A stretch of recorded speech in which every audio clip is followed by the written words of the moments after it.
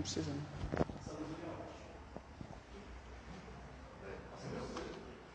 Bom dia a todos. Bom, hoje é um dia especial, Dia das Mães. O Grupo Espírita deseja a todas as mães aqui presentes, as que estão acompanhando pela internet, as mães desencarnadas que estão aqui neste momento, os nossos votos de muita paz, de muito amor. E lembrando que a doutrina espírita vem trazer uma visão de família, e vai ser nessa linha as nossas reflexões de hoje. Porém, para começar os trabalhos, vamos fechar nossos olhos, mentalizar Maria, Mãe de Jesus. Maria Santíssima. Sabemos que o tempo que esteve em Éfeso, junto com João Evangelista, atendeu peregrinos e mendigos.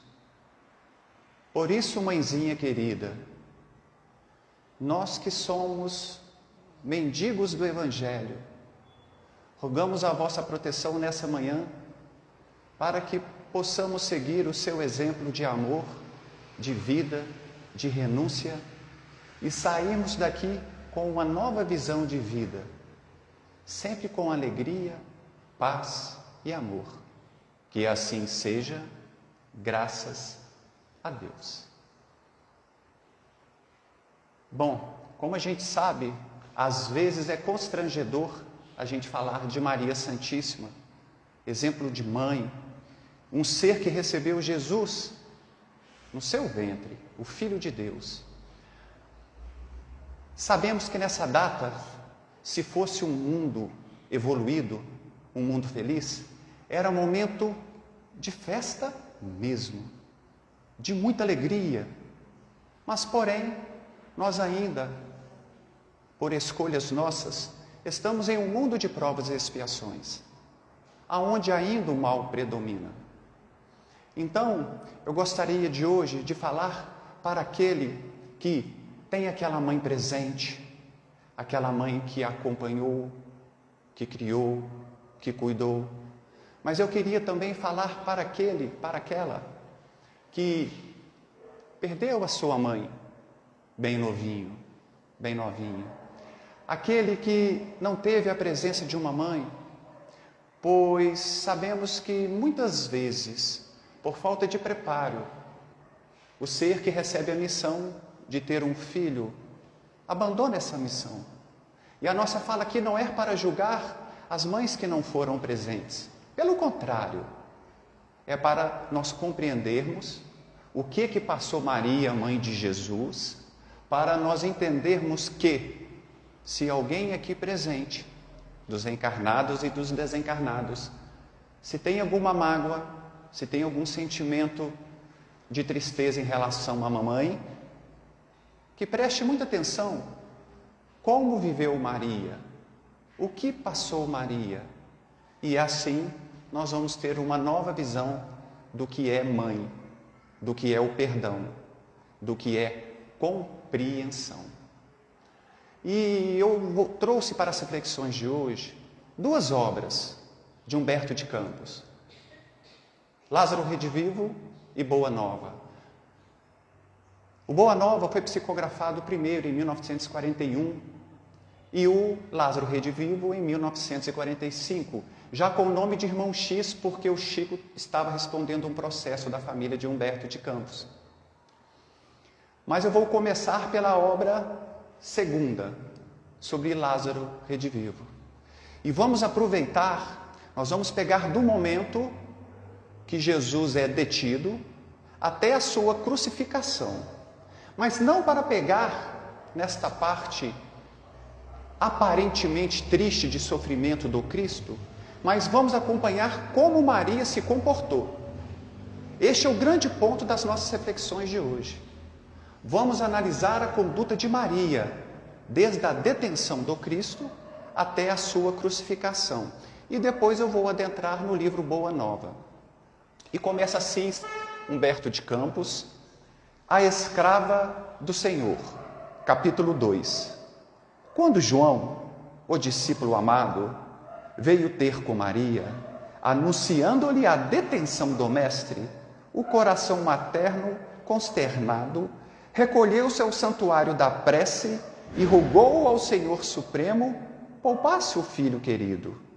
Maria pensava, não era Jesus o embaixador divino? Não recebera a notificação dos anjos quanto à sua condição celeste? Seu filho amado nascera para a salvação dos oprimidos, ilustraria o nome de Israel e seria o rei diferente, cheio de amoroso poder. Maria continuava refletindo. Jesus curava leprosos, levantava paralíticos sem esperança. A ressurreição de Lázaro, já sepultado, não bastaria para elevá-lo ao cume da glorificação? E Maria confiou ao Deus de misericórdia suas preocupações e súplicas, esperando-lhe a providência. Entretanto, João voltou em horas breves para lhe dizer-lhe que o Messias fora encarcerado. A Mãe Santíssima regressou à oração em silêncio e, em pranto, implorou o favor do Pai Celestial. Confiaria nele. Maria desejava enfrentar a situação desassombradamente, procurando as autoridades de Jerusalém. Mas, humilde e pobre, que conseguiria dos poderosos da terra? E acaso não contava com a proteção do céu? Certamente, o Deus de bondade infinita, que seu Filho revelara ao mundo, salvá-lo-ia da prisão, restituí-lo-ia à liberdade. Maria manteve-se vigilante. Afastando-se da casa modesta a que se recolhera, Maria ganhou a rua e intentou penetrar o cárcere. Todavia, não conseguiu comover o coração dos guardas. Noite alta, velava súplice entre a angústia e a confiança. Mais tarde, João voltou comunicando-lhe as novas dificuldades surgidas. O mestre fora acusado pelos sacerdotes. Estava sozinho. E Pilatos, o administrador romano, hesitando entre os dispositivos da lei e a exigência do povo, enviaram o mestre às considerações de Herodes. Maria não pôde conter-se, segui-lo-ia de perto. Resoluta, Maria abrigou-se num manto discreto e tornou a via pública, multiplicando as rogativas ao céu em sua maternal aflição. Maria pensava, naturalmente, Deus modificaria os acontecimentos, tocando a alma de Antipas. Não duvidaria um instante. Que fizera seu filho para receber afrontas? Não reverenciava a lei? Não espalhava sublimes consolações? Maria, amparada pela convertida de Magdala, alcançou as vizinhanças do palácio do tetrarca. Ó infinita amargura! Jesus fora vestido com uma túnica de ironia e ostentava nas mãos uma cana suja à maneira de cetro. E como se isso não bastasse, também fora coroado de espinhos. Maria quis aproximar-se a fim de libertar a fronte sangrenta e arrebatá-lo da situação dolorosa.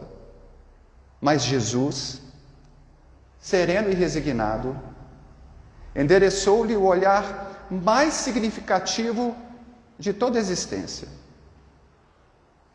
Maria compreendeu que Jesus a induzia à oração e, em silêncio, lhe pedia confiança no Pai.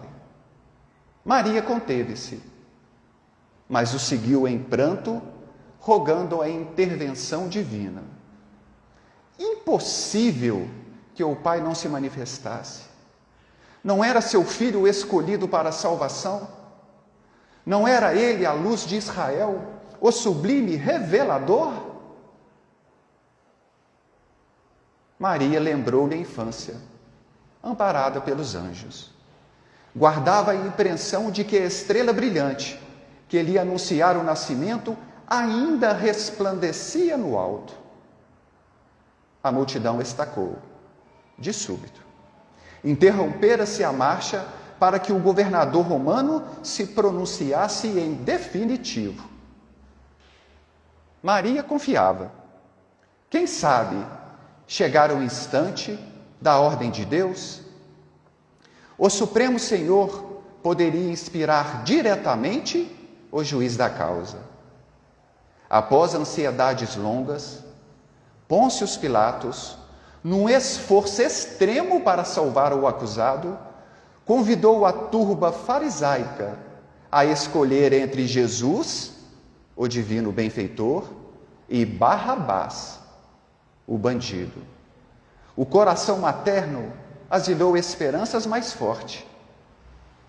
Maria pensava, o povo ia falar, e o povo devia muitas bênçãos ao seu filho querido. Como equiparar o mensageiro do Pai ao malfeitor cruel que todos conheciam?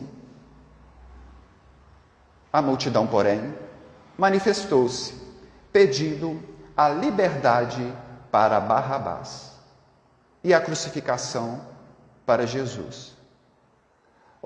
Pensou a mãe atormentada, onde está o Eterno que não me ouve as orações? Onde permanecem os anjos que me falavam em luminosas promessas?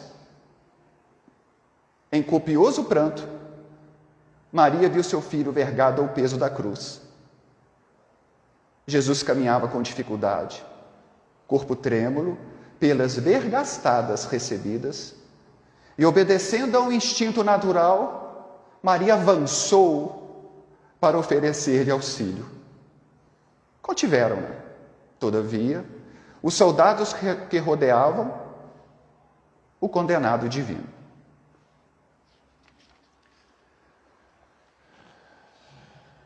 Dolorosamente surpreendida, viu Jesus no madeiro entre ladrões. Terrível angústia daquela hora! Por que não ouvir o poderoso Pai? Que fizera para não lhe merecer as bênçãos?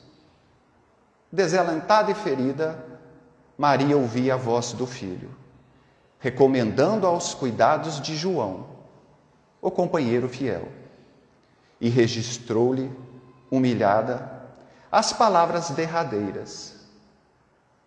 Mas quando a sublime cabeça pendeu inerte, Maria recordou a visita do anjo antes do Natal divino. Em retrospecto maravilhoso, escutou-lhe a saudação celestial. Misteriosa força assenhoreava-se-lhe do Espírito. Maria pensou, sim, Jesus era seu filho. Todavia, antes de tudo, era um mensageiro de Deus. Ela possuía desejos humanos, mas o Supremo Senhor guardava eternos e insondáveis desígnios. O carinho materno poderia sofrer, contudo, a vontade celeste regozijava-se. Poderia haver lágrima em seus olhos, mas brilhariam festas de vitória no reino de Deus. Suplicara aparentemente em vão, porquanto certo o Todo-Poderoso atender eles aos rogos, não segundo os seus anseios de mãe, e sim de acordo com seus planos divinos.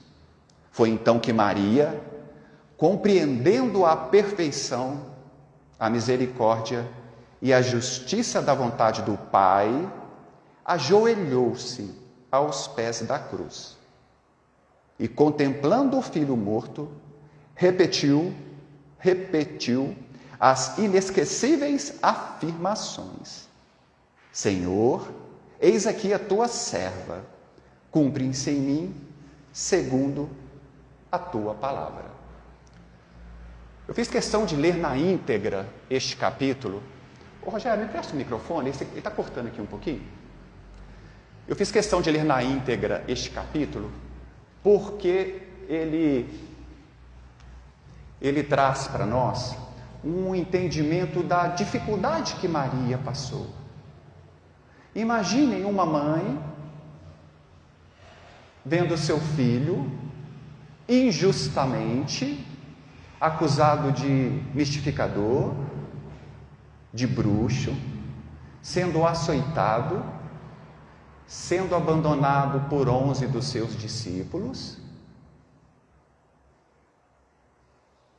e ela acompanhando ali sem poder fazer nada, e no mesmo momento que Jesus é crucificado, ela entende o seu lugar e os desígnios de Deus. Por isso que no início das nossas reflexões, eu trouxe essa parte para aqueles que têm alguma mágoa ou que não tiveram uma mãe presente, porque nós sabemos que nós estamos em um mundo de provas e expiações. Nós sabemos que tudo tem um porquê. Nós sabemos que devemos compreender a situação de cada um. E se nós entendermos a beleza que a doutrina espírita traz para nós, como devemos comportar numa situação dessa, nós vamos caminhar mais leves. Nós não vamos mais, num dia como esse, para nós lembrarmos da Mãe Universal, da nossa Mãe Santíssima, nós ficarmos tristes, ou ficarmos usando uma persona, porque lá no fundo, nós temos ainda a mágoa daquele ser que era para ter sido a nossa guia, o nosso modelo. Porém, quem somos nós para julgarmos as escolhas das nossas mães? Quem somos nós para julgarmos as escolhas dos nossos pais? Por isso, o Consolador prometido por Jesus, a doutrina espírita cristã, vem trazer essas reflexões para nós neste dia. E como eu disse, não foi um momento de tristeza a crucificação de Jesus, porque no livro Estante da Vida, capítulo 34, com o título O Anjo Solitário, no mesmo momento que Jesus estava sendo crucificado, rasgava do céu uma luz até a terra, e anjos desciam como o anjo da ternura, dando energias novas, os anjos da beleza trazendo flores, anjos da harmonia trazendo cânticos, e um anjo solitário descia até o pé de Jesus para beijá-lo. E sabemos também que neste momento, Jesus faz um esforço tremendo, pede para que este anjo solitário chegue até próximo aos seus lábios e pede para ele socorrer Judas, que tinha acabado de suicidar. E sabemos também que no livro Há 2000 anos, quando Lívia, esposa de Públio Lentulus, num esforço extremo para ajudar também o nosso Jesus, ele procura Pôncio Pilatos. Ele vai à casa de Pôncio Pilatos e Fúlvia, ardilosamente, faz com que Públio Lentulus vê Lívia encontrando com Públio. E é ali que o senador romano acha que estava sendo traído. E é dali que ele fica 25 anos sem conversar com Lívia. E Lívia aceita tudo o que passa. Porém, quando Lívia não consegue o êxito com Pilatos e ela volta para sua casa, da janela do seu quarto ela via o Gólgota. E o que é narrado aqui no livro Estante da Vida, Lívia via a mesma coisa. Lívia, de repente, olhando para o Gólgota, vendo os 3 crucificados, ela entra em êxtase e começa a ver este clarão do céu, começa a ver os anjos, e o seu espírito se desprende do corpo e ela vai para perto da cruz. E chegando lá, Jesus troca um olhar com ela. Ela fica, continua em êxtase, volta em espírito para o seu lar. Por isso que ali foi cumprido a missão de Jesus. Não que ele tinha que vir para poder ser crucificado, mas a probabilidade era muito grande por causa da nossa maldade, da nossa inveja, do nosso apego, do nosso julgamento, da nossa ânsia de poder, do nosso materialismo. E após a crucificação, depois de um tempo, João Evangelista já tinha fundado em Éfeso a sua igreja. Igreja essa que Paulo de Tarso trabalhou. João Evangelista volta para buscar Maria e levá-la para Éfeso. Só um detalhe que às vezes a gente esquece. Gente, Éfeso fica na Turquia. De Éfeso a Jerusalém são mais ou menos 1.050 quilômetros. Imaginem naquela época essa caminhada. De animal seria mais ou menos 45 dias, 50 dias. E Maria vai para Éfeso. E uma casinha no alto do monte que João ganhou de uma pessoa que tinha se tornado cristão, ele coloca a mãezinha para morar com ele. Maria lá começa a trabalhar. E trabalhar como? As pessoas descobriram que a mãe de Jesus estava ali. E peregrinos, mendigos, pedintes começam a ir nessa casinha, pedir uma palavra. Maria começa a curar.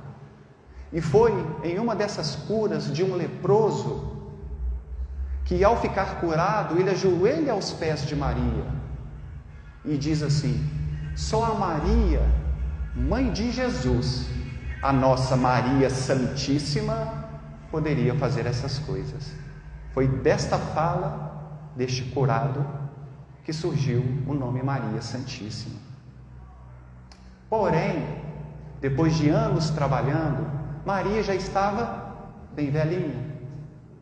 E agora eu quero ler essa parte aonde Maria recebe a visita de um pedinte. E é mais ou menos assim. Só buscar aqui que desmarcou aqui.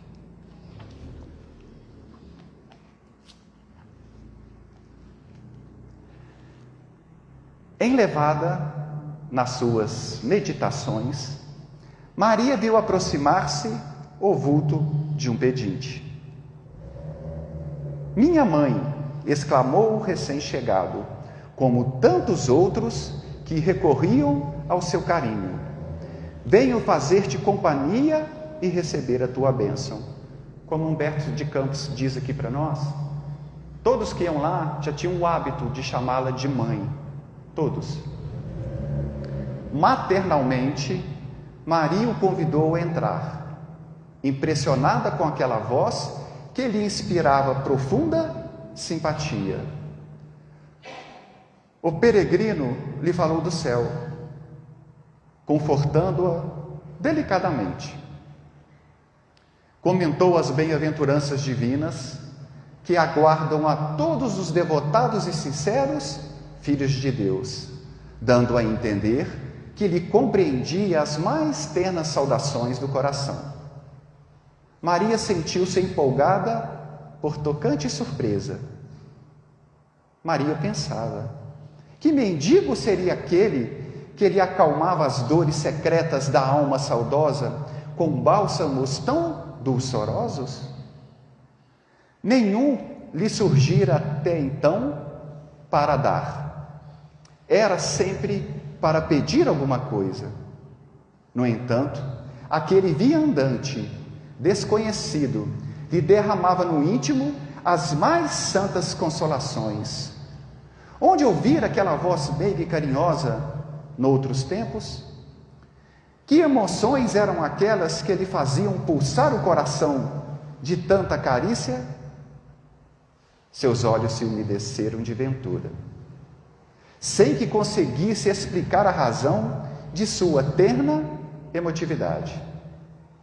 foi quando o hóspede anônimo lhe estendeu as mãos generosas e lhe falou com profundo acento de amor: minha mãe, venha a meus braços.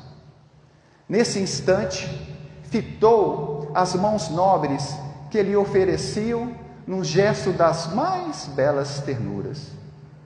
Tomada de comoção profunda, viu nelas 2 chagas, como as que seu filho revelava na cruz, e instintivamente, dirigindo o olhar ansioso aos seus pés do peregrino amigo, divisou também aí as úlceras causadas pelos cravos do suplício. Maria não pôde mais. Compreendendo a visita amorosa que Deus lhe enviava ao coração, Maria bradou com infinita alegria: meu filho, as úlceras que te fizeram. E Maria, precipitando-se para ele, como mãe carinhosa e desvelada, quis certificar-se, tocando a ferida que lhe fora produzida pelo último lançaço, perto do coração. Suas mãos ternas e solistas o abraçaram na sombra visitada pelo luar, procurando sofregamente a úlcera que tantas lágrimas se provocara ao carinho maternal. A chaga lateral também lá estava, sob as carícias de suas mãos. Maria não conseguiu dominar o seu intenso júbilo. No ímpeto de amor, fez um movimento para ajoelhar. Queria abraçar-se aos pés do seu Jesus e osculá-los com ternura. Ele, porém, levantando-a, cercado de um halo de luz celestial, se ajoelhou aos pés e, beijando-lhe as mãos, disse em carinhoso transporte: sim, minha mãe, sou eu, venho buscar-te, pois meu Pai quer que seja no meu reino a rainha dos anjos. Maria cambaleou, tomada de inesquecível ventura. Queria dizer da sua felicidade, manifestar seu agradecimento a Deus, mas o corpo como se lhe paralisara, enquanto aos seus ouvidos chegaram os ecos suaves da saudação do anjo, qual se a entoasse 1000 cariciosas vozes por entre as harmonias do céu. No outro dia, 2 portadores humildes desciam a Éfeso, de onde regressaram com João, para assistir aos últimos instantes daquela que lhes era devotada, a Mãe Santíssima. Quem se apega só ao ver Jesus crucificado, não imagina o trabalho espiritual que estava acontecendo em todos os momentos. Para nós encarnados e materialistas, ali um sofrimento e trevas. Para os espíritos evoluídos e de luz, era festa. E, se alguém imaginou que Maria sofreu muito, acompanhando Jesus até o Gólgota, imagina a alegria de ela ser recebida pelo próprio Jesus. E a história aqui continua. Maria desperta no mundo espiritual, Jesus já não está mais ali ao lado, e ela é levada para o mundo espiritual. Porém, ela pensa que ainda queria despedir dos seus seguidores, e imediatamente ela é levada, por causa do seu pensamento, a um circo romano, aonde muitos cristãos iriam ser jogados aos leões. Ela queria soltá-los, salvá-los, mas lembrou dos ensinamentos de seu filho, que isto aqui é apenas um corpo físico, que para seguir o Cristo é preciso imolar-se. Porém, ela vê uma jovem de 27 anos, esquálida, aos prantos. Ela chega ao seu ouvido e diz: canta, minha filha, canta. E ali ela começa a cantar, e todos entram em êxtase e vão cantando ao circo. E as obras contam que nenhum cristão sentia a dor dos leões. Todos os seus espíritos eram arrematados antes que o leão avançasse. Essa é a beleza da doutrina espírita, que traz essas partes para as nossas reflexões. Por isso que nas dificuldades deste mundo, que ainda temos necessidade de passar, diminuem com a certeza da vida futura, com a certeza com o que nos espera. E se nós entendermos qual o objetivo de estarmos aqui, que tudo que os nossos olhos estão vendo vão perecer, que as pessoas que são colocadas em nossos caminhos fazem parte de algo maior para a nossa evolução, que não devemos em hipótese nenhuma guardar mágoa, raiva, que Jesus nos ensinou a amar os inimigos, que seria impossível amar pessoas que não são afins, igual nós amamos os nossos filhos, os nossos entes queridos, mas nos ensinou a amá-los através de uma oração e de não desejar o mal. Que este exemplo de mãe hoje, Maria Santíssima, que essa reflexão que nós fizemos do que ela passou, ao ver o próprio filho dilacerado, sirva para nós, para darmos forças, e quando chegarmos em casa, se a nossa mãe ainda está presente, e se temos um pouquinho de mágoa, vamos abraçá-la, sem esperar nada em troca. E se não, já estamos sem ver as nossas mães por anos, porque ela escolheu outro caminho, vamos fazer uma prece para ela. E se a nossa mãe desencarnou quando nós éramos bem novinhos, com certeza ela está aqui agora, para poder abraçar, com toda certeza. E lembrando que mãe não é só a biológica, mãe é aquela que cria, tia, avó, prima. Todo ser que dedica o amor, a abnegação a um ser, é uma mãe. Por isso que nós sabemos que sem a piedade nós não iremos evoluir. Que a piedade bem sentida é amor. Amor é devotamento. E devotamento é abnegação. Todo aquele que dedica ao seu próximo é considerado uma mãe e um pai. Por isso que, vivendo em um mundo de provas e expiações, que temos muitos momentos de sofrimento, nós encontramos em uma singela palestra, em uma singela manhã, um alento inexplicável que a doutrina espírita explica. Parece um paradoxo. São os nossos entes mais queridos que estão ao nosso lado agora nos abraçando. O nosso mentor, a nossa mãe, a nossa avó, o nosso tio. E estes desencarnados aqui presentes, somos nós que agradecemos hoje a presença de vocês. Que o amor de Maria esteja com todos nós hoje e sempre. Muita paz.